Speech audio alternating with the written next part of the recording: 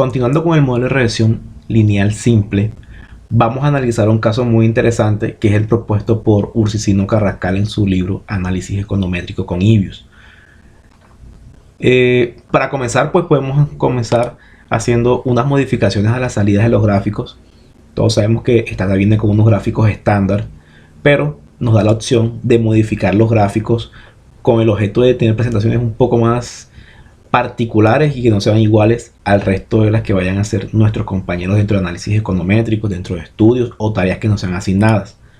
Para esto podemos usar la instrucción graph query exchange, como se pronuncia, y nos da diferentes opciones. Aquí pues usualmente usamos la que dice economies, es la que siempre uso para las presentaciones, pero tenemos un set completo de opciones de gráficos para usar. Entonces ya va a discreción de cada uno. Se dejan las opciones. Vamos a probar la opción Economies, que es la que nos interesa a nosotros.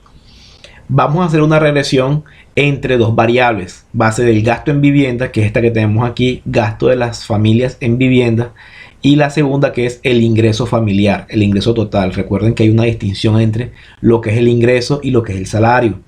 Los ingresos se componen efectivamente de los salarios. Si la persona pues tiene ingresos como trabajo independiente, si recibe ingresos por temas de arriendo, cualquier tipo de ingreso que perciba de manera monetaria va ahí.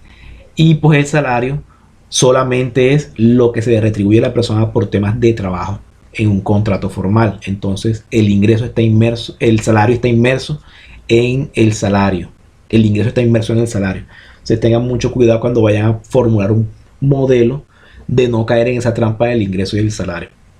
Si tienen la opción de verificar ingresos, pues tomen la variable ingresos. Entonces vamos a iniciar con un summarize a las variables gasto en vivienda e ingresos familiares.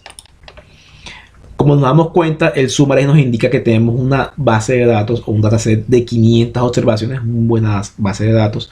Tenemos una media. Los valores están expresados en euros de 94.443 euros y una desviación de 93.000, una desviación bastante elevada.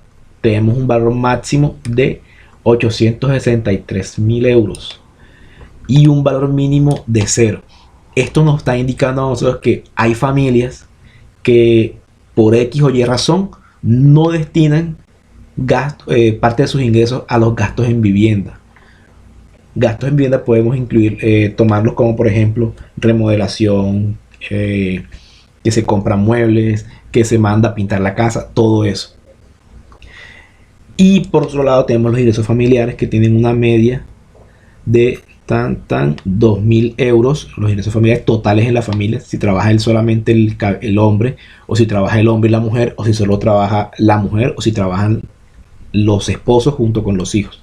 Tenemos una media de 2.030 euros. Una desviación de 1.200, bastante considerable, al igual que la anterior. Un valor mínimo de ingresos de 408 euros mensuales y un máximo de 6.545 euros. Hay que revisar las desviaciones, la dispersión en estos datos a ver cómo está.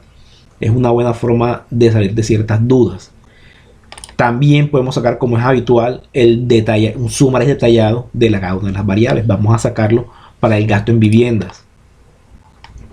Tenemos entonces la distribución en los diversos percentiles, percentil 1, 5, hasta el percentil 99. ¿Qué es interesante revisar aquí? Estos datos que se encuentran acá. De cada uno de estos percentiles con el dato más bajo.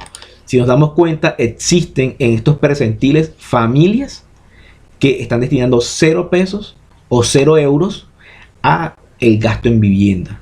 Aún en el percentil 25 con 45.000 en gastos encuentran familias que tienen 0 destinado. Por su parte, en los percentiles más elevados, del 75 en adelante, sí tenemos unos valores bastante elevados. Hay que contrastar a ver cómo es el gasto frente a variables como la ubicación. La base de datos nos ofrece una distinción entre ubicación rural y urbana. El tabulate o el TAT vamos a realizar sobre número de integrantes de la familia y ubicación. Y luego vamos a hacer uno sobre el nivel de estudios y la ubicación. Si revisamos entonces el tabulate sobre el número de integrantes, que los tenemos aquí en esta columna de acá, frente a la ubicación o lugar de residencia, que es rural y urbano, nos damos cuenta que en las familias rurales solo 9 familias presentan un integrante. Debe ser alguien soltero. Por su parte, en el entorno urbano hay 25. ¿Qué es interesante revisar aquí? Que en los entornos rurales 58 tienen 4 integrantes y 77 en urbano, 77 tienen 4 integrantes. Sin embargo, miren este dato de aquí. En el entorno rural, 30 familias se componen por 6 integrantes, mientras que en el urbano, solo 16 se componen de 6 integrantes. Y de hecho, hay un gran cambio, hay un salto bastante elevado de 5 a 6 integrantes. Inclusive hay un gran salto de 4 a 5. Podemos revisar, podemos establecer que tienden las familias del entorno rural a tener muchos más hijos o muchos más integrantes por hogar. Eso es algo bastante común en las zonas rurales. Asimismo, vamos a sacar un tabulate para el nivel de estudios, que es esta variable que está aquí, frente a la ubicación. Los datos no son nada extraños. Es común ver este resultado que tenemos en las familias de residencia rural y urbana, que el nivel de estudio de cada esa familia para la zona rural tiende a ser analfabeto, mientras que en la región urbana el porcentaje es mucho menor. Esto es algo muy común. Es común ver que las regiones rurales, las regiones que tienden a ser agrícolas, este comportamiento. Bachillerato completo pues comienza a nivelarse un poco, ya pasa de 90 en el entorno rural y 132 en el urbano. Aunque se nivela un poco del rural al urbano, o sea, se ve, es notoria, la diferencia es muy marcada. Técnicos y tecnólogos se reduce inmediatamente, pero en el entorno urbano también se disminuye.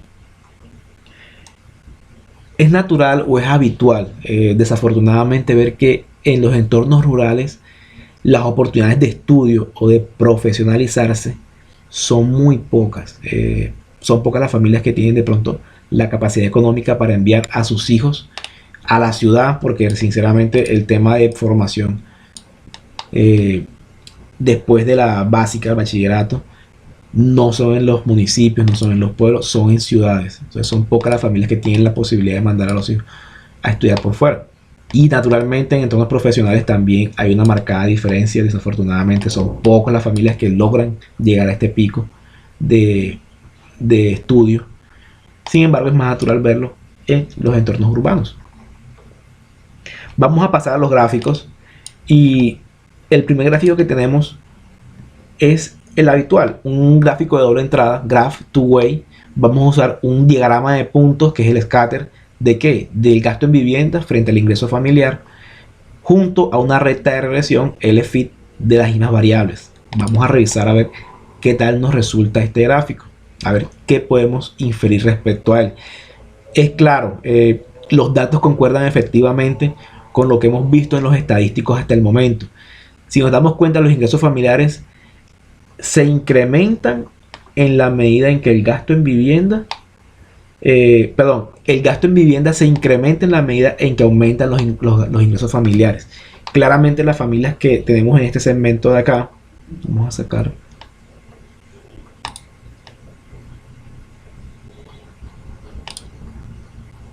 aquí está.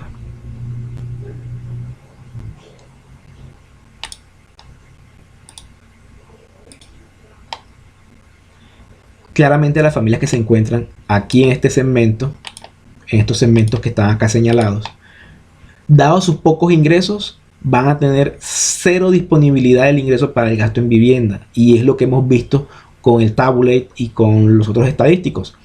Naturalmente tenemos, como siempre, outliers o datos atípicos de familias que presentan con ciertos ingresos unos elevados gastos en vivienda. así como otros datos activos que tienen familias con ingresos mucho más elevados que estos que están acá, pero destinan un bajo nivel de estos al gasto en vivienda. Lo importante aquí es revisar que efectivamente la relación entre el ingreso familiar y el gasto en vivienda es positiva. Entre mayor sea el ingreso familiar, mayor tiende a ser el gasto en viviendas. Otro gráfico muy importante es el gráfico de pastel. Vamos a hacer uno sobre la ubicación. Vamos a hacerlo inmediatamente calculando los percentiles, los porcentajes. Para esto usamos la distribución GraphPy over NES, que es el nivel de estudios, y vamos a hacerle que le coloquen las etiquetas all percent. Con la instrucción le colocamos todos los porcentajes en cada una de las distribuciones. Como vemos, la distribución por el nivel de estudio es bastante no muy alentadora. Analfabeto tenemos un gran porcentaje de la población, un 37%, bachillerato completo técnico, un 44%, tecnólogos profesionales. Entonces, vemos que el acceso a la educación superior es bastante baja.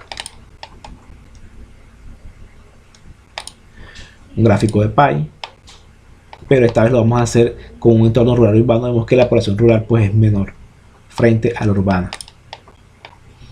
Algo muy importante dentro del análisis estadístico previo a la regresión es revisar un histograma. Los histogramas son muy eficientes respecto a la información, dado que nos separan los datos por grupos. Vamos a hacer uno en el cual cruzamos el nivel de estudio frente al número de integrantes.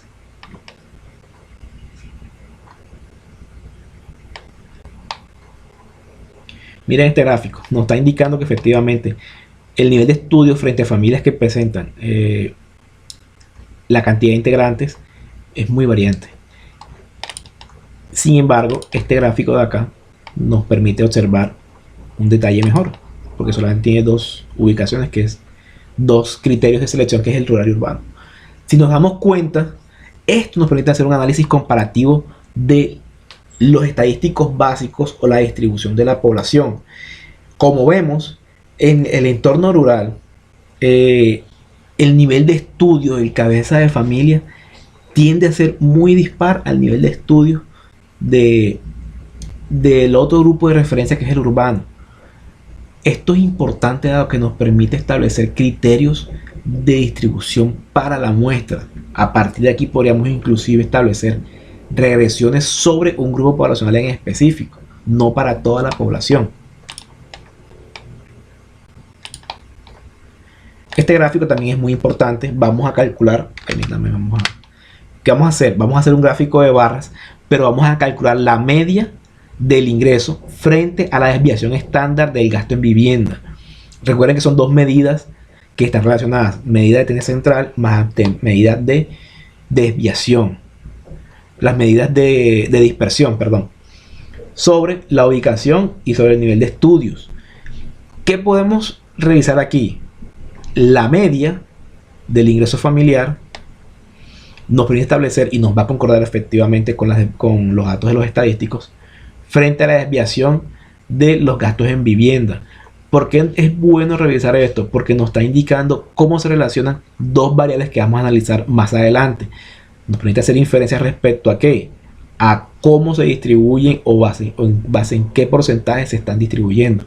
Aún mejor, podemos hacer lo siguiente: en lugar de correr con el gasto en vivienda, lo podemos hacer también con el ingreso familiar y veremos qué otros resultados nos ofrecen. Si se dan cuenta, en este caso tenemos que la media y la desviación concuerdan. Nos separó cada uno de los grupos en ciertos segmentos que es de interés para estudio, y nos muestra también qué porcentaje o cuánto de esa media están dispersos los datos respecto a la media, efectivamente.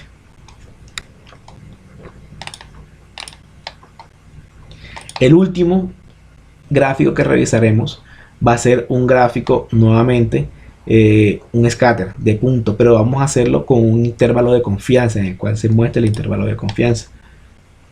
Este gráfico tiende a ser utilizado últimamente con frecuencia, lo van a ver en muchos estudios.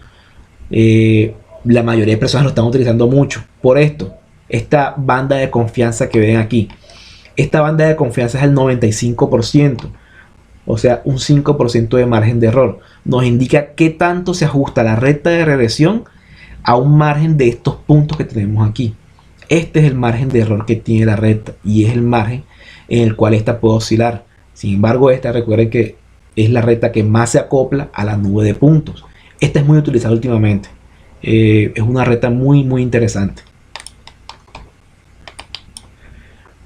Por último, vamos a hacer la regresión, una regresión de gasto en vivienda frente al ingreso familiar.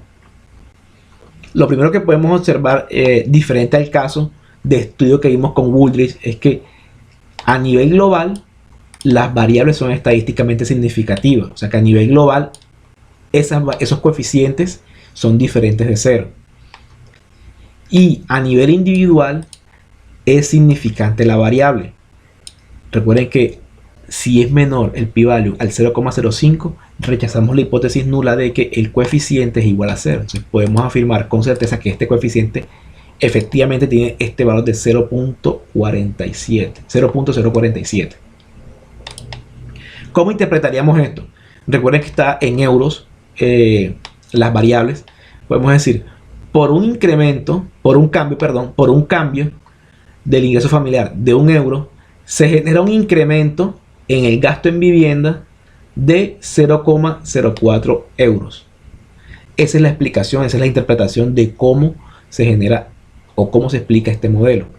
Vamos a ver si nos sale. Esperemos que nos resulte bien. Una regresión de gasto en vivienda frente al ingreso familiar si